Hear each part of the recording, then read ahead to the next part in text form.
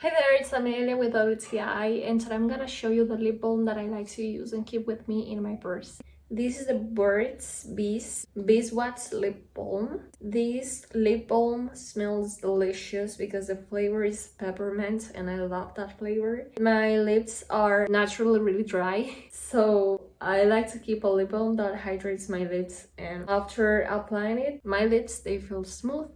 They are hydrated and they don't feel sticky. Since the flavor is peppermint, after applying the lip balm, my lips feel fresh and it gives like the minty sensation that I love because they feel like cold and I like that. So if you're looking for the perfect lip balm that hydrates and moisturizes your lips, I highly recommend this one. This is the Burt's Beeswax lip balm. I love it so much. I highly recommend it, and that's my point of view.